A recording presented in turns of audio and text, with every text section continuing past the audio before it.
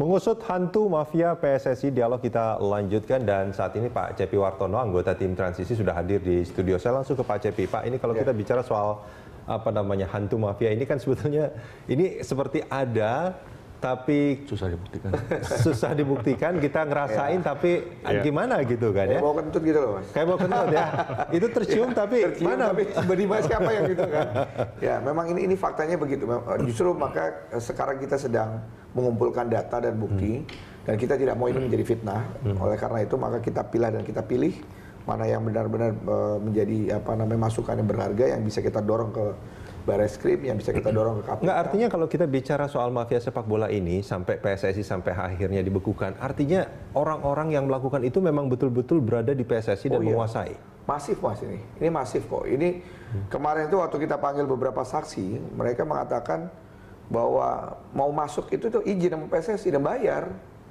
Mau gitu. Masuk maksudnya gimana? Mau masuk untuk mengatur skor itu harus izin gitu loh dengan oknum-oknum di PSSI dan itu bayar. Ada yang 200 juta, ada yang 400 juta gitu loh. Dan mereka tutup mata sehingga terjadi pengaturan skor itu diketahui oleh PSSI. Oke, bukan tutup mata sebetulnya kalau kayak gitu. Kalau mereka bayar untuk melakukan itu berarti mereka memang terlibat. Iya, terlibat. Memang terlibat. Iya. Dan itu secara masif. Dan itu dilakukan oleh hampir seluruh pengurus PSSI tahu lah begitu gitu loh. Oke, ini menarik sebetulnya. Tapi di sisi lain kan Pak Cepi, ini seperti yang dikhawatirkan oleh banyak orang, termasuk juga Mas Hanif katakan, dengan pembukuan PSSI ini klub-klub juga tidak bisa bertanding gitu. Pemain-pemain juga sekarang banyak yang jadi jualan makanan gitu kan seperti itu. Nah, gimana Pak Cepi? Ya, jadi gini loh, kami tidak pernah berencana untuk menutup kompetisi gitu ya. Jadi ini yang kita lakukan. Artinya Kemenpora sudah minta berulang kali untuk dijalankan.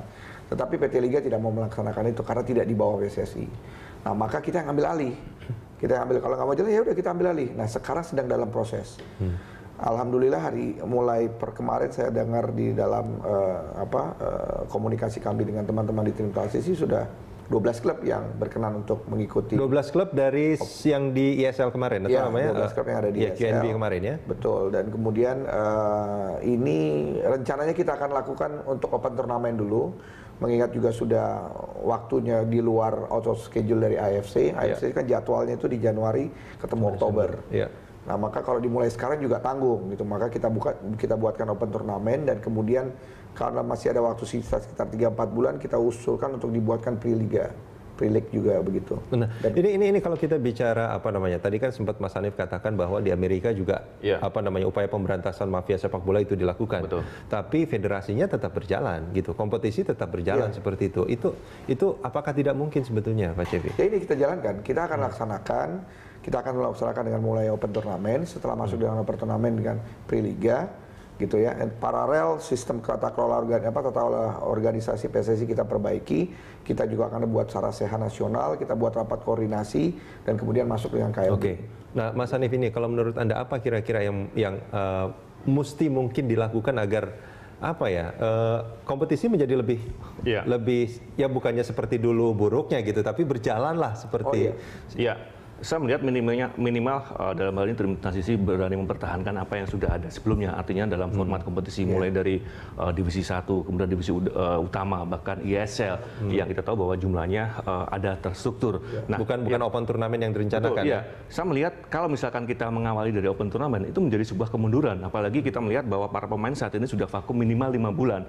Artinya untuk mengembalikan performa dalam situasi yang menguntungkan itu butuh waktu. Itu mungkin perutnya juga udah pada gendut lagi itu ya. Betul. Satu lagi bahwa ada indikasi yang sejauh ini saya melihat ada butuh ketegasan dan keterbukaan mungkin dari tim transisi dan pemerintah, bahwa saya melihat dalam beberapa hari terakhir isu-isu yang saya juga tidak tahu benar atau tidaknya, namun ada indikasi bahwa tim-tim itu menolak gabung ke tim transisi nantinya, kompetisi yang dibangun oleh tim transisi. Artinya apa? Bahwa ini butuh lagi sebuah komunikasi yang lebih intens. Effort lagi. Betul. Karena ada indikasi juga bahwa apa yang dikatakan tim di hadapan tim transisi ini dikatakan mau ikut.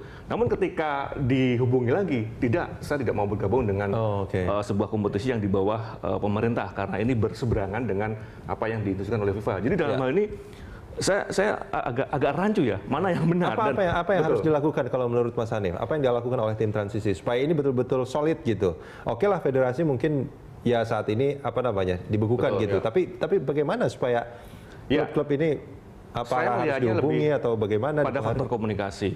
Kita tahu bahwa saat ini ada 2 level profesional, divisi utama dan ISL. Kita tahu bahwa jumlahnya sangat banyak. ISL ada sekitar 18 tim, kemudian ada 50 tim di sana. Nah, ajaklah dengan komunikasi. Takutnya kalau hanya komplain dari sepihak seperti ini akan terjadi pengulangan seperti 3-4 tahun yang lalu. Komunikasi seperti apa, Mas Hanif? Kalau kemarin kan sebetulnya sudah pernah dipanggil sebetulnya kan? Dikumpulkan semuanya, diarahkan bagaimana dan diajak diskusi seperti apa kompetisi yang diinginkan. Takutnya nanti ada pengulangan di 3-4 tahun lalu. Kita tahu ada 2 kompetisi sekaligus yang dalam hal ini merusak semuanya. Bahkan ketika kembali disatukan, arah untuk mengawali ke start yang berikutnya yang sesuai dengan apa yang ada di regulasi saat ini sangat surat sekali, Pak. Nah, takutnya kalau ini terjadi, kita butuh beberapa tahun lagi untuk kembali pada situasi saat ini. Dan itu sangat lama. Sepak bola itu sangat berbeda dengan warga yang lain. Ada ada proses yang saya pikir tidak bisa dilakukan dalam 1-2 tahun karena multi efeknya sangat besar sekali. Ya, kita ingat waktu itu ISL ada IPL juga kan. Itu memang jadi gimana ya?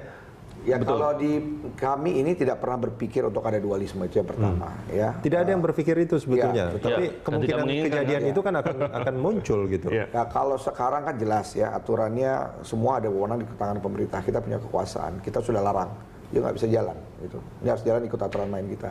Nah, sekarang memang komunikasi sedang berjalan, Mas. Sedang berjalan, sedang berlangsung. Kalau ada kerancuan sana sini mungkin ya itu tadi saya bilang ada ewo dari kelompok beberapa tim yang tidak enak ya, tetapi ngomong di kami mau menjalankan. Ya kita lihatlah hari perkembangannya. Kita kan ingin ini jalan. Kalau kita ingin jalan ya ayo kita jalan.